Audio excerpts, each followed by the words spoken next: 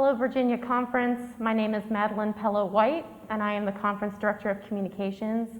I am here with the Reverend Dr. Maurice Graham, who is the founder of Shepherd Staff Ministry Incorporated, and he is here to talk with us about a number of topics, including grief and self-care.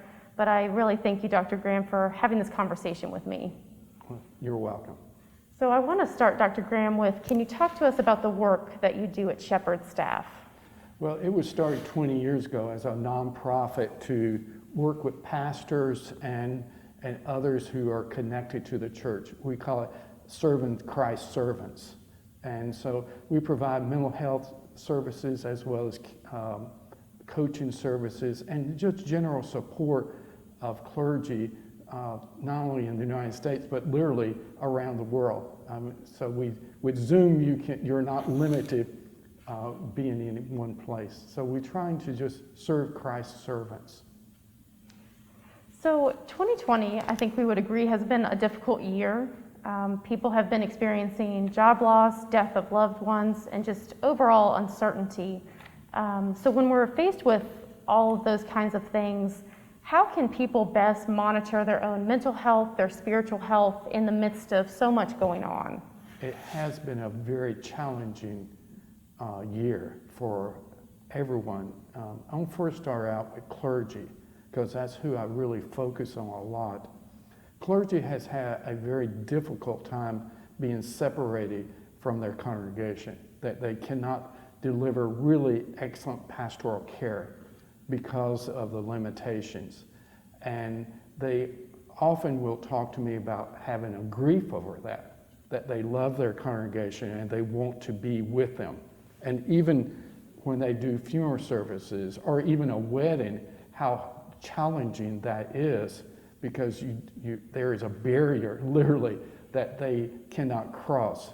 And so they deal with a lot of sadness of not fulfilling their identity and their calling to the fullness of that. And so with clergy, they are maybe the most silent sufferers during this time, just because they are pastoring. They can't turn to their congregation and say, I need help. And so they often will turn to Shepherd Staff to get that support during that time. With the general congregation and the people in the world around the congregation, they definitely are getting COVID fatigue and wants to go back to normal. And it is a very challenging time because as we enter into the holidays, we think of family and church family. And to take both of those away, it feels so lonely, feels so isolated. You feel abandoned. And the dark days of winter makes it worse. And so it is a real challenge for spiritual care and mental care and even physical care during this time. Mm-hmm. So all of those are a real challenge during the time as we enter into Thanksgiving, Christmas season. So what steps, if someone is looking, they're feeling the fatigue, we're 8 months into this, what are steps that you would suggest that people take to kind of monitor their own self-help, their own health, and their own mental health during this time? Well, there's three things. One, you have to have some self-awareness of how are you doing. And sometimes I call that just doing a scan of your body, because your body will speak back to you. So if you're experiencing more headaches or more backaches or more chest pains, and you may be holding a lot of emotions in, okay? And then if you're aware that you are needing support, turn to a friend, turn to someone and just talk about it. And talk about beginning with how it feels to you. I feel like the weight of the world is on my shoulders, or I feel so uptight because I hadn't been touched in months and months. And many widow and widowers literally have not been touched. And that skin hunger is real. I mean, it's a very real situation. And so those are kinds of things that they need to be aware of. And then we have to go back to practicing our spiritual discipline, prayer. But even in silence is a spiritual discipline, to be aware of your breathing, be aware of God being around you, and the spiritual discipline of taking a verse. It can be a simple verse of God's love, and just say it over and over in your mind all day long as Paul will say, pray without ceasing. Because what happens to the mind is when it doesn't have anything to do, it will recycle the fear over and over and over again.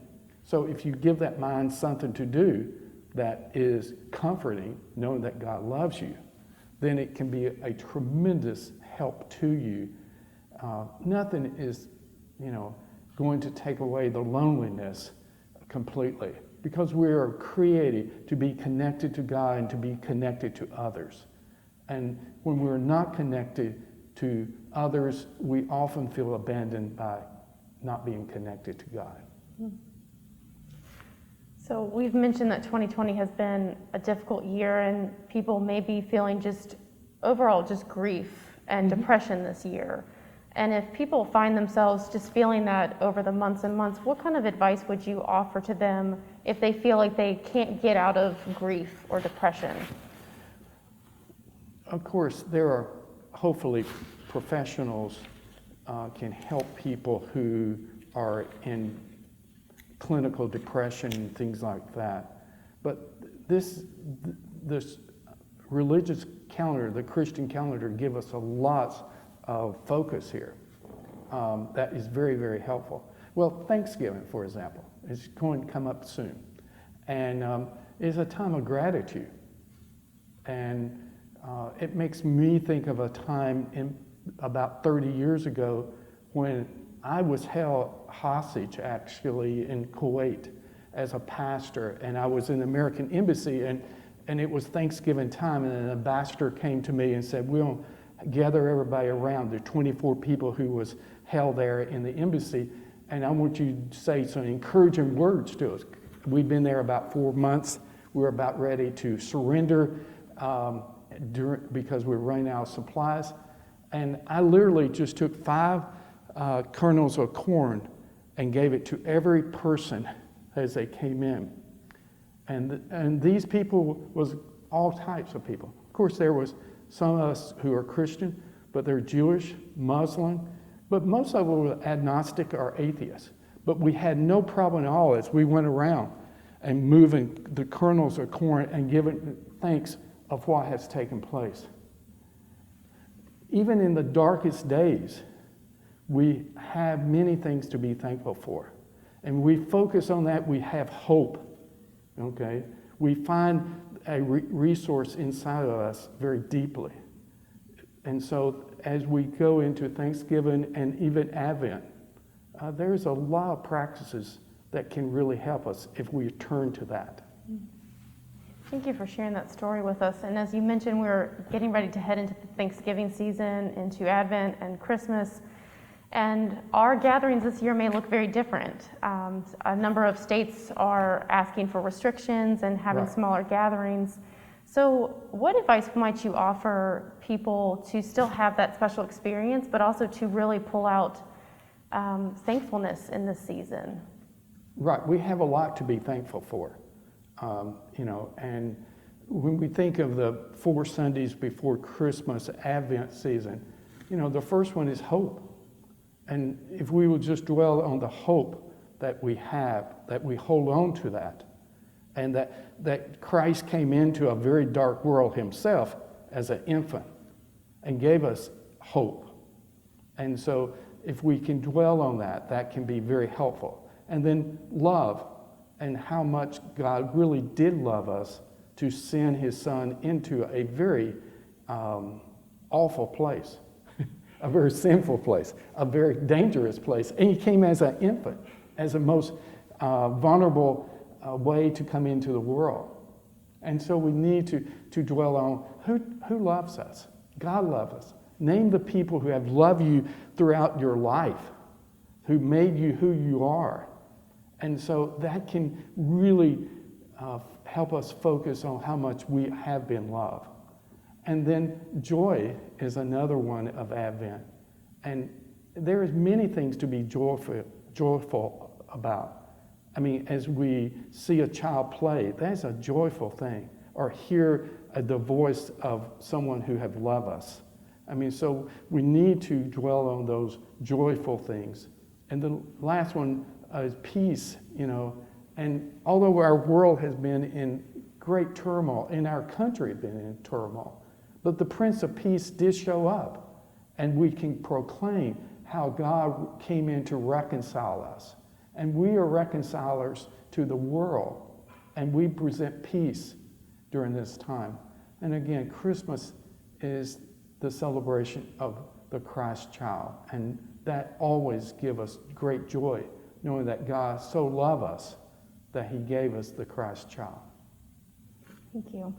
We talked about self-care, and I think people might be feeling through this year, there's been waves, there's been ebbs and flows, and if people are trying to kind of rebuild themselves up, and as we get ready for 2021, is there any advice you would give, whether to clergy or laity, about how to prepare for the new year, how to kind of have a new mind about just making sure that they're taking care of themselves and taking care of each other, but, you know, getting through that fatigue?